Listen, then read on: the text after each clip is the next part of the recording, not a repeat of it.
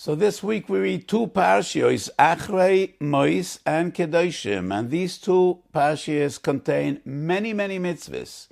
Today we focus on the sugya of Gneivat das. Lo tignoivu. Rashi writes, Lo tignoivu means monetary stealth, Gneivat mamoin. Lo tignoivu of aseres adibris is Gneivat nefoshois, kidnapping. But some Rishonim maintain Lo tignoivu means Gneivat das as well, stealing one's mind, one's attitude, as we find in two different sugyas. Bava Metzia Samach, in the context of business, of transactions. One of the examples is a person that sells meat. The meat is dry, it's not fresh. If you soak it in water, it'll look better. That is Gneivat das, making a false impression that this is fresh meat when it's not. Even if the price would be the same. There's no Gneivat mamoin, it's Gneivat das.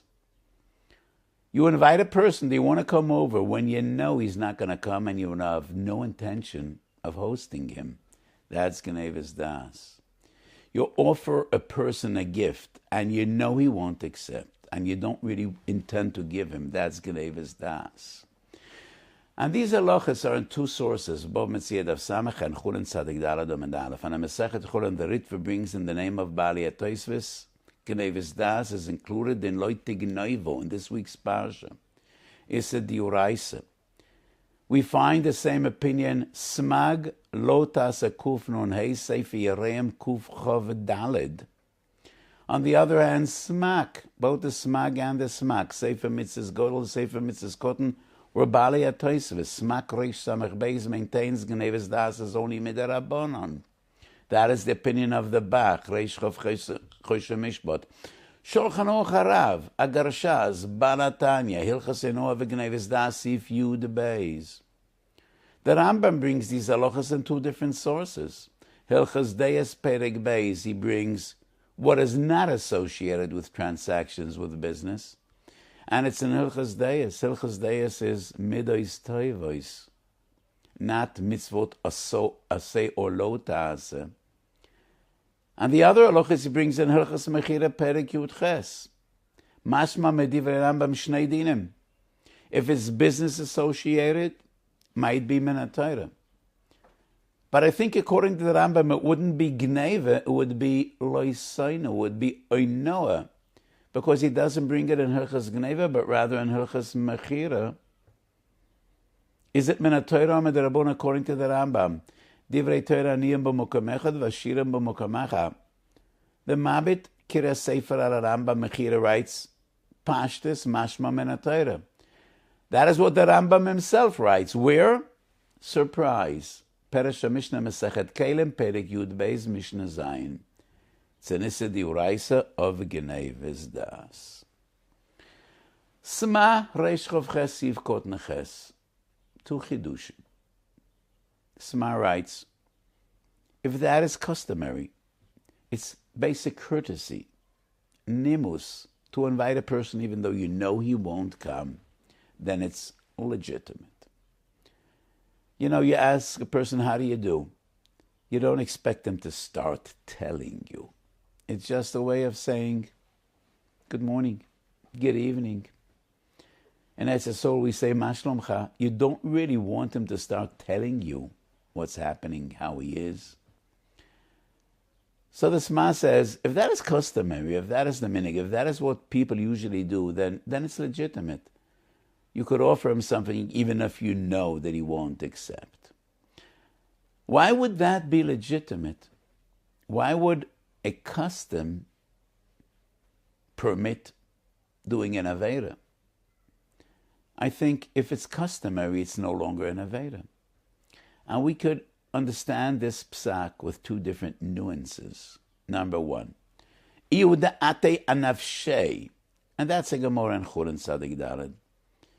If I did nothing to fool him, I did nothing to create a false impression, it's just his own perception, then I bear no responsibility. I don't need to correct his mistaken perceptions. So if that is the minhag, and that is just basic courtesy and nimusim, then iu da'ati anafshi, he's a person min hayishuv. He should know that not always when we ask, how do you do, that means an invitation for him to tell us. Not always when we say, do you want to come over, we really intend to invite him. And the second nuance would be, if you wouldn't, you might even hurt his feelings. And it definitely is not a mitzvah to hurt a person's feelings. And if that is what is expected of you, you could just do it and say it. But the bigger chiddush is this Masiv Kuntet Zayin.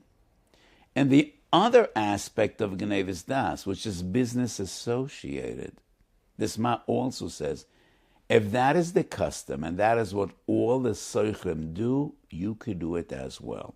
That means taking a dry piece of meat, soaking it in water to make it look fresher. So why would it be legitimate if everybody does it? To me, it would seem like over avera v'shona nasas loike heter. That's not much of a real heter. The way to understand this ma is, once again, this is custom. This is what they all do. So we expect the customer to understand.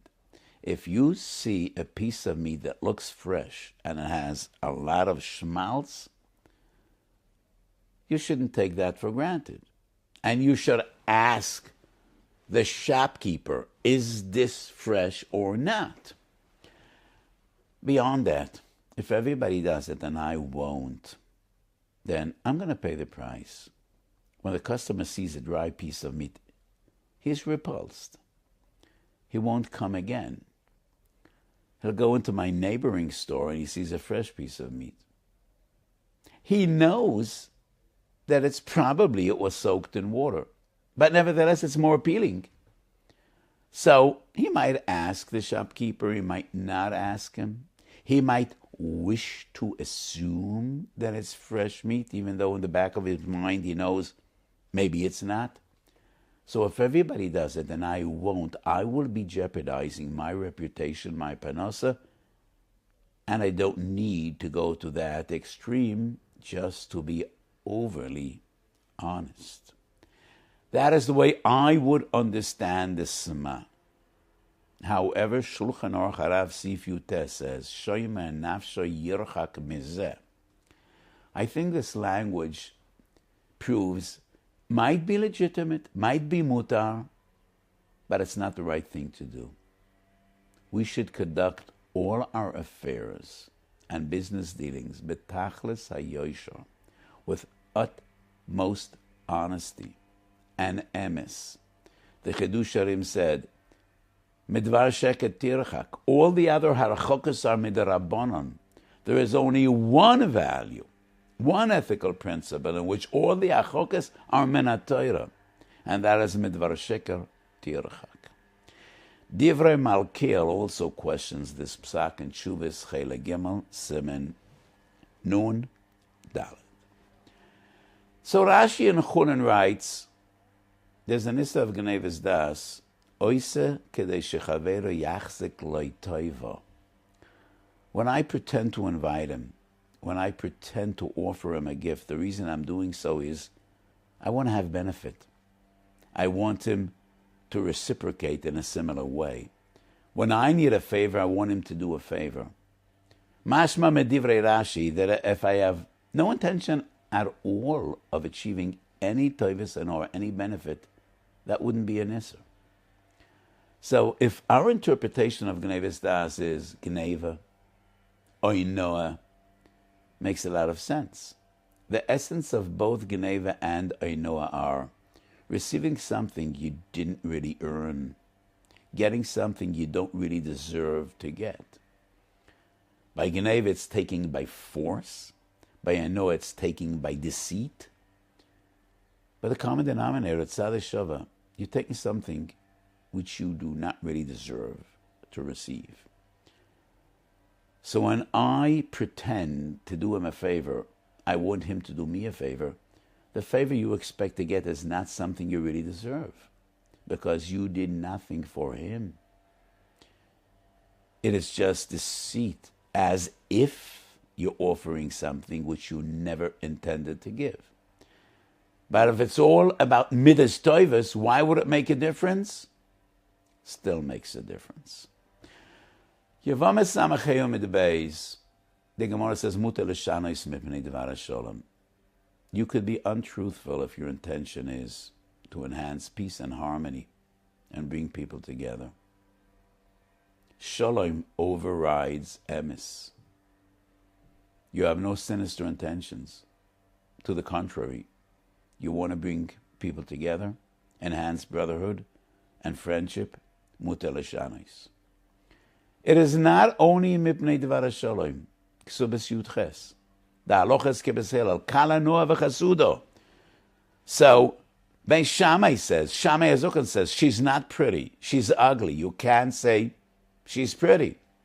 Hillel says, no, you could. Hillel's opinion is, okay, so it's not truth. That's a greater mitzvah than being 100% truthful. Yes, I lied when I said she's a beautiful kala. I didn't do it for myself. I have no intention of getting any benefit. I did it for her and for her chasson. I want to enhance their relationship. He should appreciate her. He should love her. Kala noa v'chasida. That is Shittas Beis Hillel. The Gemara clearly says in Chulin, Gneivat das is mutar kedei lachabdoi. I'm a choshev arav. He's a guest. Nobody really knows him. I invite him over to my house. I know he's not going to come. I didn't really intend to invite him. But my intention is the people that don't know him. He's a newcomer to the community. If I invite him to my house, they will all assume, oh, this is an important person. The Rav invited him. Yes, it's Gneivat das on one hand, but my intentions are pure. And that is why Rashi says the essence of Gneivat das is when I do what I do, which is not entirely truthful, to achieve benefit. Only then is it an Isser. And I think Rashi Lishitosa in Gittin Samach Omed Aleph. So in Gittin Samach Omed Aleph, the Gemara deals with the question, could we give a bracha to non-Jews? And it's a discussion in the Gemara. And the Gemara brings some of the greatest Amerom were Magdim Shalom to non-Jews. Rashi says, in their hearts, their kavanah was to HaKadosh Baruch Hu, not to that Gentile. Tosfos argues, Gneivat das. Tosfos says, no, it is legitimate to bench a non-Jew. Rashi probably goes l'shitosai. I didn't do it to achieve any personal benefit. I did it because it's the right thing to do. I did it because I don't want to cause a chilul Hashem, and therefore there is no problem of Gneivat das. Maloya Royam was one of the great Gedolim 200 years ago. He was a chassid of Rabbi Yitzchak Merbadichov, and in his Agos and Shas Vilna he quotes the Zohar. That is exactly what Yankov Avinu did with Esav. Yankov benched Esav, but he didn't intend to bench Esav, but rather Klape Shemaya. We can't prove anything, Lanias Daiti, from Yankov and Esav. On one hand, Esav was a Rosha. He was out to kill Yankov. Esav is Shoirish Atuma. So even according to Tosfos, you could bench a decent non-Jew. After all, Chavavodem Shenivra B'Tselem. Esav is different. Yaakov had no intention of bestowing a bracha on Esav, who was out to destroy him and fight the Kodesh Baruch Hu. On the other hand, we can't prove from Yaakov that it's legitimate because Yaakov was an oines. He was threatened by Esav. He was terrified Esav might try to kill him. So either it was pekuach nefesh or at least an oines. So I think the story between Yaakov and Esav is not really relevant in your name. I think sometimes we find halachas that are not necessarily based on Gneivat Das, even though they seem to be close. Sefer Hasidim Tav Chavav. And this is a hayra or halacha which for me is very difficult to accept. Sefer Hasidim writes, a person asks me to lend him money. I know that he doesn't pay, so I don't want to give him alavot. I'd happily give him some tzedakah, but the sum he expects is far greater than what I should be giving as tzedakah. And I'm afraid the money will never come back. Sefer Hasidim says you're not allowed to say, I don't have, because that's a lie. You should say, I don't want to give you, because I'm not confident you're going to pay back. And I wonder, why do I need to hurt his feelings? What is the mitzvah to hurt his feelings? Wouldn't it be preferable to say, I don't have money right now? It's not true, but imuta l'shanois mipnei devar hasholem, to enhance harmony and relationships. And it's muta to say karanoa v'chasuda, to enhance the relationship between the chosan and the kala. And Gneivat Das is muta kedei lechabdoi. Why wouldn't it be muta to say, I don't have money, to prevent insulting a person and hurting his feelings? And he might become an enemy. Why not? So this is a gewaldige chiddush to me. The Magen Avraham quotes the Sefer Hasidim. Lanias daiti, we're dealing with a midas u emes bahafloge yesera. Sefer Hasidim isn't really a clear and pure halachic source. Sefer Hasidim was a Yehuda Chassid. Mereshoni Chasidash is going back 1,000 years. But most of what's in Sefer Hasidim is really kishmoikein hu midas chasidus mufleges. So I would say a person that is careful all his life, never to say a devar sheker. Never. Maybe that is the proper hanoga for him.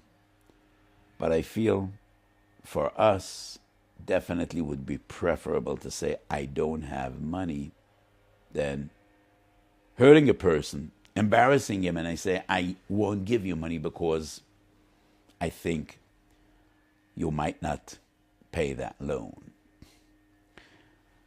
Me'inyan le'inyan, ma'oisei u'inyan, v'shalo legamre ma'oisei u'inyan, Perek Yud Mesechet Shvias Mishnah Ches. In another few months, Shnas HaShemitah in Eretz Yisrael. Many koilim already started learning Hilchos Shvias. This week I gave a shiur for hundreds of people, an introduction to Hilchos Shvias in Yerushalayim, and great koilel of Rabbi Yosef Efrati, my dear friend. But Shemitah's Ksafim is noyeg at the end of next year, not the end of this year. So if a person wants to pay a loan after Shemitah's Ksafim, then the lender needs to say, Meshamet ani, you don't need to pay me. And if he says, Afal Pikan, we could take the payment. Eretzeach b'yemiklot. People want to respect him. They invite him to sit on the mizrach. He needs to say, Roitzeach ani, I killed a person, and I'm here because I'm in Golos, so I don't reserve the respect that you're bestowing on me.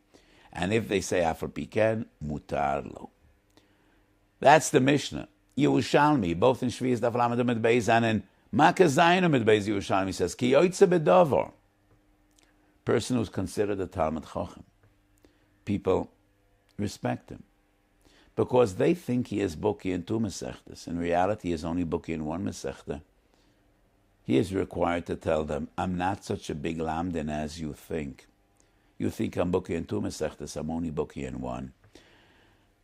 Many times that happens to me. People think I'm a far greater Talmud Chacham than I really am, because nobody knows a person as he knows himself. According to Yerushalmi, you need to object and say, I'm not such a big lamdan. So why do I never do it? I know people. I know the world today. And if people want to be machabed you, and you're going to say, no, I'm not such a Talmud Chacham, they'll only admire you even more, and they'll say, wow, what an honor he is. Wow. Not only is he the greatest lamda in the world, he's also a great honor. So that is counterproductive.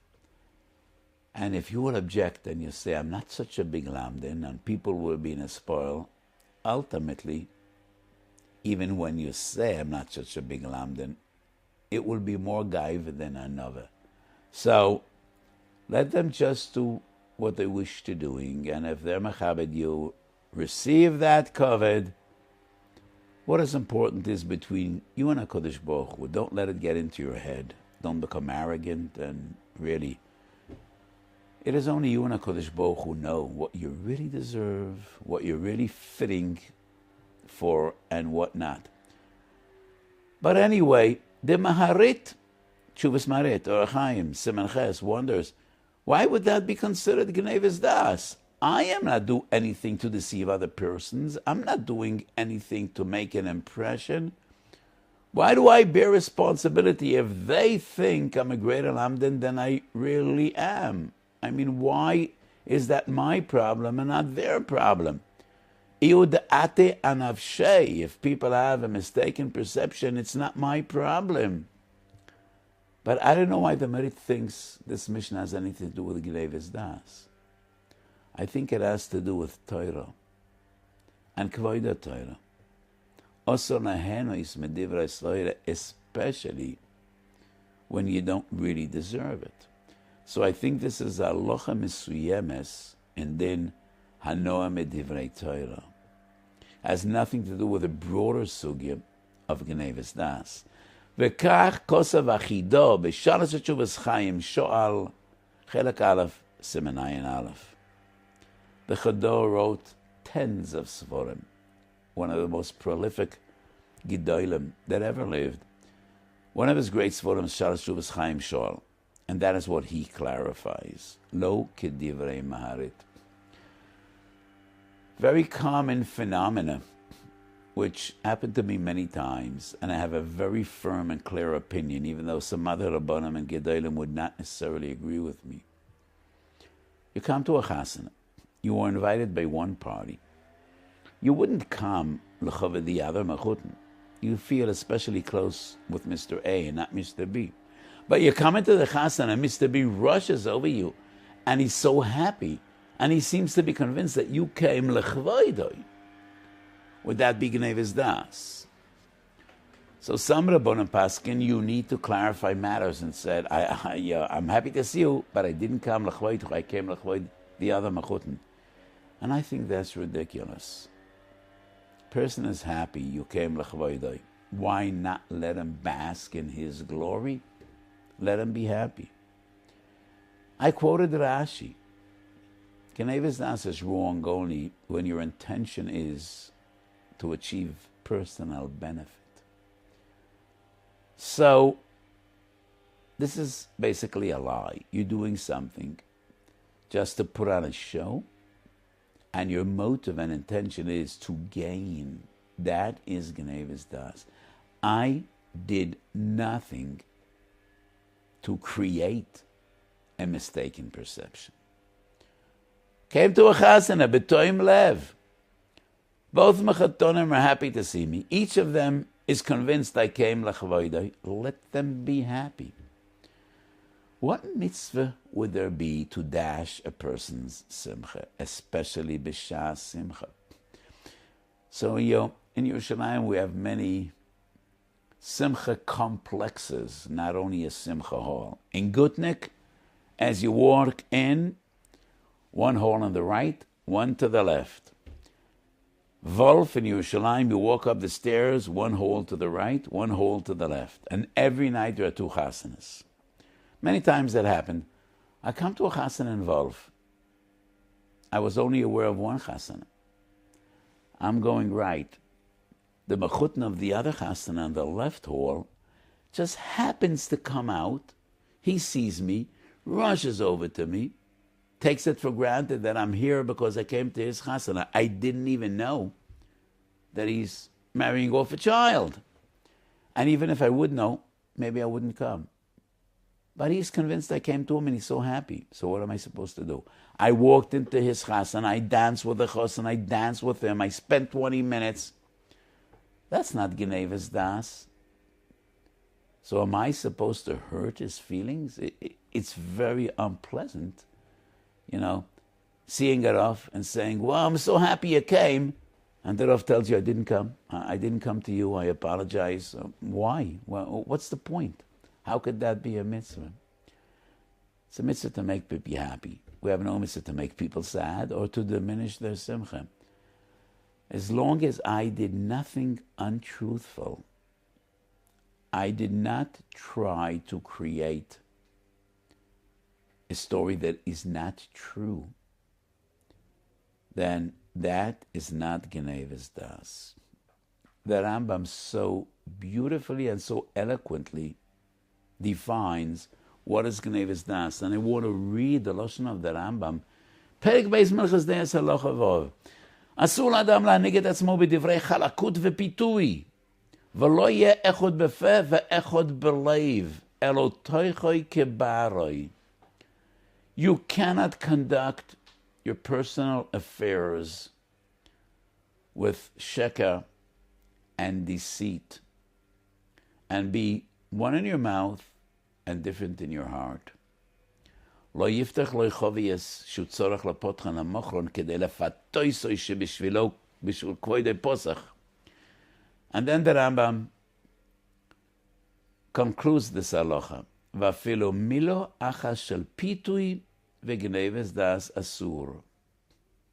אלא שפת אמס ורוח נכון ולב טהור מכל עמל ועבויס. שפת אמס, רוח נכון ולב טהור. אסור להנהיג את עצמו בדברי חלקות וביטוי, פיתוי, ולא יהיה אחד בפה ואחד בלב. These words are so beautiful and so clear, and that is what Gneivat Das is all about. Shulchan Aruch isn't as beautifully eloquent, but the message is the same. ריש חופכס יבוא, ואף לגנוב דעת הבריות בדברים, שמראה שעושים בשבילו, ואינו עושה בשבילו, אסור. Creating a false impression that you're doing something for him, and in reality you're doing it for yourself or for others, that is also. The Isra is only when that is my intention, shemara she'oisa b'shviloi ve'enoi oisa. So when you just did something in the most natural way, you did not intend to do it l'chvoida, but he thinks you did, let it be. Let him think. If he's happy, let him be happy. Play along.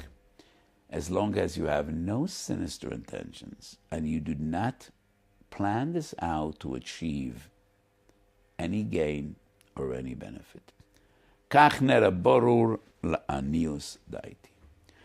So in this week's parsha we have the mitzvah Yahavtu l'reachu kamoicho, and Rabbi Kiva teaches us ze klal godol b'Torah.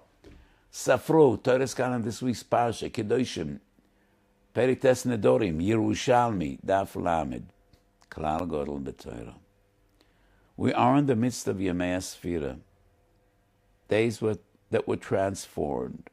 Mor Godel Afelo, Mesimcho La'evel, and the tragedy of 24,000 Talmidei Rabbi Kiva that perished, Sheloi Nagu Kavod Zeh B'Zeh.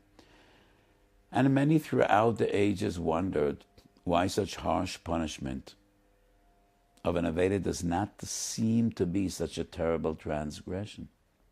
Loi nagu kavod zeh b'zeh. I explained many times, being a Talmud of a giant is not only a privilege, it's also an obligation.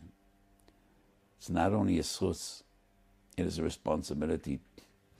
Many times I heard from my great Rebbe, the Kloisim Rebbe, the Divrei Yatzev, one of his earliest recollections as a child. He said, I was sitting in my father's lap and my father was crying, and I asked him, Abba, Tata, favus weinst du? And he said, Zalma leib, ich bin dich mekane. And I wondered, and he said, Tata, you envy me? I should envy you. I'm a little boy. You're a Rebbe with many Hasidim. And he said, I'm mekane you because you didn't see the Divrei Chaim. You didn't have the schus, the privilege of seeing the Tzanz Zayda.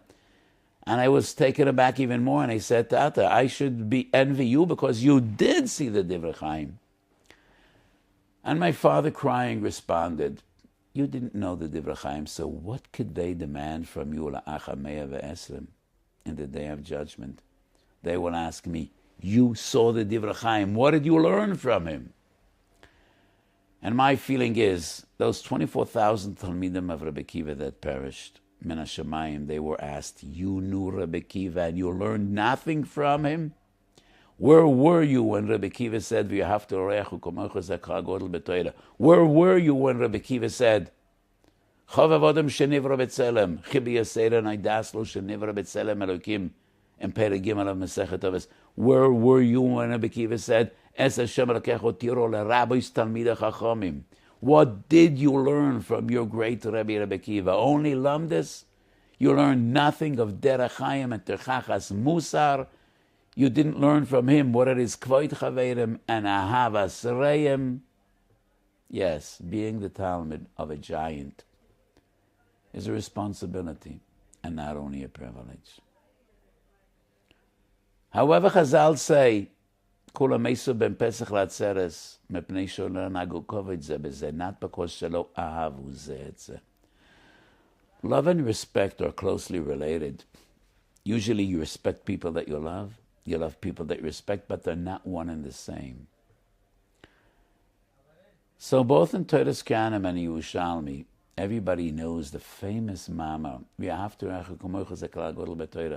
very few people are aware that Ben Azai disagrees with Rebbe Kiva. And Ben Azai says, Zeh Sefer Toldos Sodom Klal Gadol Heimeno.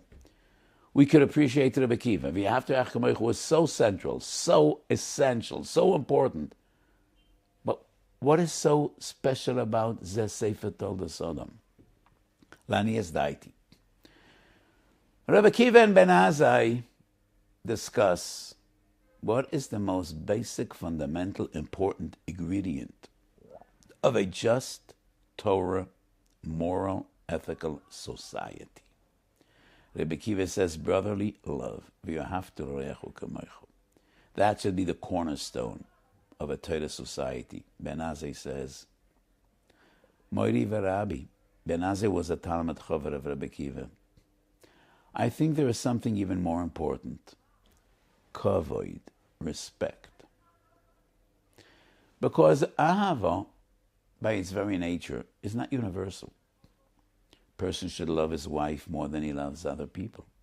He should love his children more than he loves strangers and family.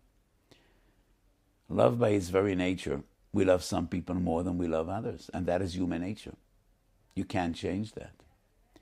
But we need to learn to respect even those that we do not love. And respect could be universal. Respect could be towards everyone. So Ben Azai says, Zeh Sefer Toldos Sodom B'Tzelem Elokim Bara Oisam.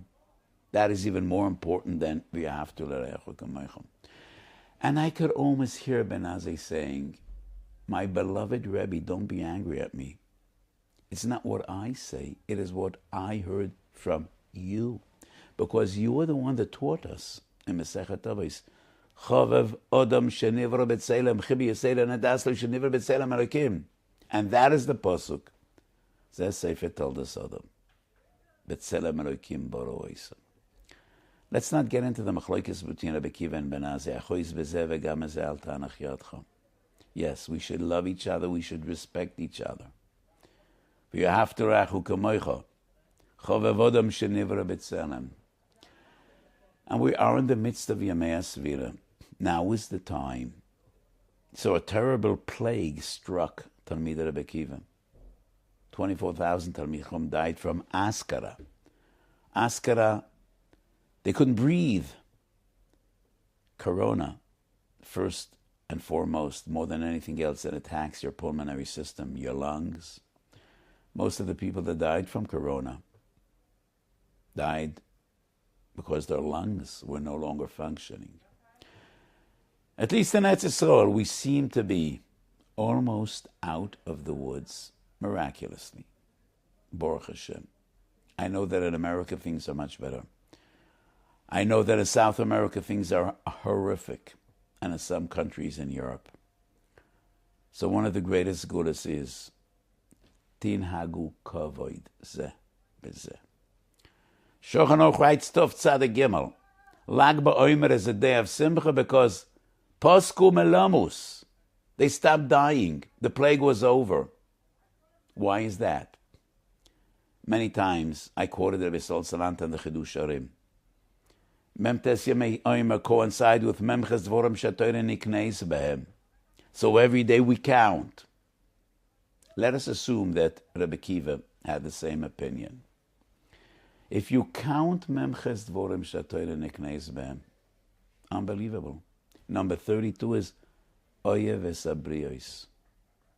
I wish to believe that Rabbi Kiva's Talmidim did the same as Rabbi Sol Salanta's Talmidim, as the Chidush Arim's Chasidim. Day 32, they worked on Avos Abriyos. Day 33, the plague was over. So, in the Yemei Svira, this is our avodah. This is what we should be focusing on. Ahavas reim v'kavod chaverim. And then this plague and all the others will go away. Love each other, respect those that you do not love, and HaKadosh Baruch Hu Yerachem Aleinu. We should only be mevasa b'soros toivos. We should be zocheh to bias Mashiach Tzidkenu b'mheru v'yomeinu. Amen.